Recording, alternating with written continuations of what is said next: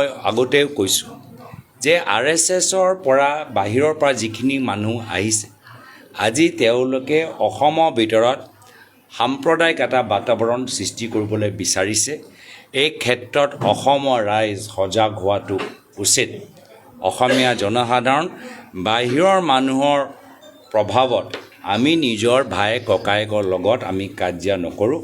বাহিৰৰ মানুহৰ প্ৰভাৱত আমি নিজৰ পবিত্ৰ ধৰ্মীয় অনুষ্ঠানবোৰ আমি প্ৰদূষিত কৰিবলৈ নিবিচাৰোঁ।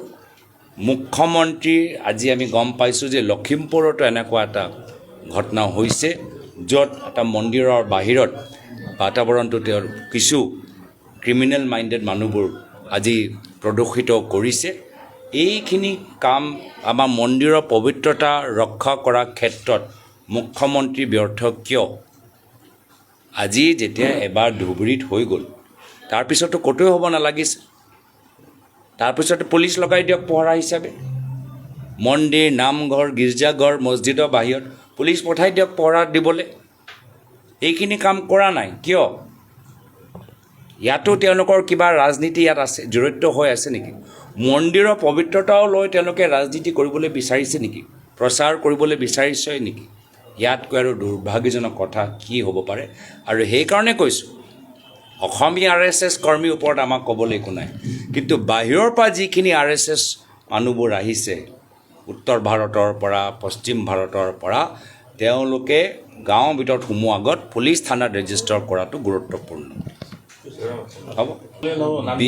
বিজেপি দলৰ পৰা আমি বা কোনোৱে হিন্দু ধৰ্মৰ ওপৰত পৰামৰ্শ বিচৰা নাই, না কোনোবাই চাৰ্টিফিকেট বিচাৰিছে।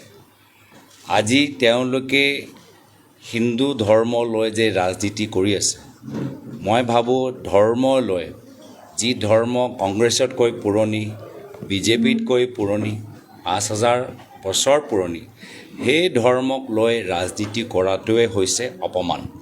আৰু তেওঁলোকে সেইখিনি কাম বাৰম্বাৰ কৰি থাকে। তেওঁলোকে গডছে পঢ়ক।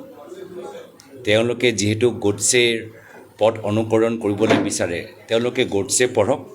আমি মহাত্মা গান্ধী পথ বা আদৰ্শ, চৰ্দাৰ পটেলৰ আদৰ্শ, ভগত সিঙৰ আদৰ্শ, সুভাষ চন্দ্ৰ বসুৰ আদৰ্শ, আমি তাৰ পৰা প্ৰেৰণা লৈ আমি কামখিনি কৰি যাম।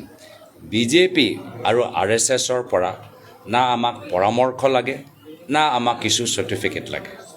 দাদা দেখা গৈছে যিহেতু নেকি চৰাইদেউ জিলাৰ এটা অন্যতম গুৰুত্বপূৰ্ণ পথ ধুদৰালি, শিৱসাগৰৰ পৰা ধৰক আপুনি যদি চৰাইদেউ জিলালৈ আহে, ধুদৰালিটো যথেষ্ট জৰাজীৰ্ণ হৈ পৰিছে আৰু দেখা গৈছে ধুদৰালিটো কানেক্ট হৈছে আপোনাৰ বিশ্ব ঐতিহ্য ক্ষেত্ৰ চৰাইদেউ।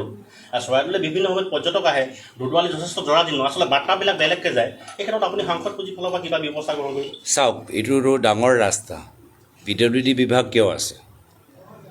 ৰাইজৰ চৰকাৰৰ PWD বিভাগ ডাঙৰ ডাঙৰ ৰাস্তা বনোৱাৰ বাবে নাই নেকি তেওঁলোকৰ দায়িত্ব? আৰু মই সুধিবলৈ বিচাৰোঁ যে যদি তেওঁলোকে এটা চৰকাৰে যদি চৰকাৰে সাংসদ এলেকা উন্নয়ন পুঁজিৰ ওপৰত তেওঁলোকে এটা SIT গঠন কৰিব পাৰে বা তদন্ত কৰিব পাৰে, য'ত তেওঁলোকে ৰাজ্যসভা সাংসদ অজিত ভূঞা ডাঙৰীয়াক মাতি আনি প্ৰশ্ন সুধিব পাৰে, PWD বিভাগৰ যে ইমান কেলেংকাৰী হৈছে, ইমান ঠিকাদাৰে যে পইচা লৈ একো যে কাম কৰা নাই, সেয়ালৈ এটা বিশেষ পুলিচৰ তদন্ত তেওঁলোকে কিয় আৰম্ভ নকৰে? আৰু PWD বিভাগৰ মুখ্যমন্ত্ৰী তাত কিয় নামাতে?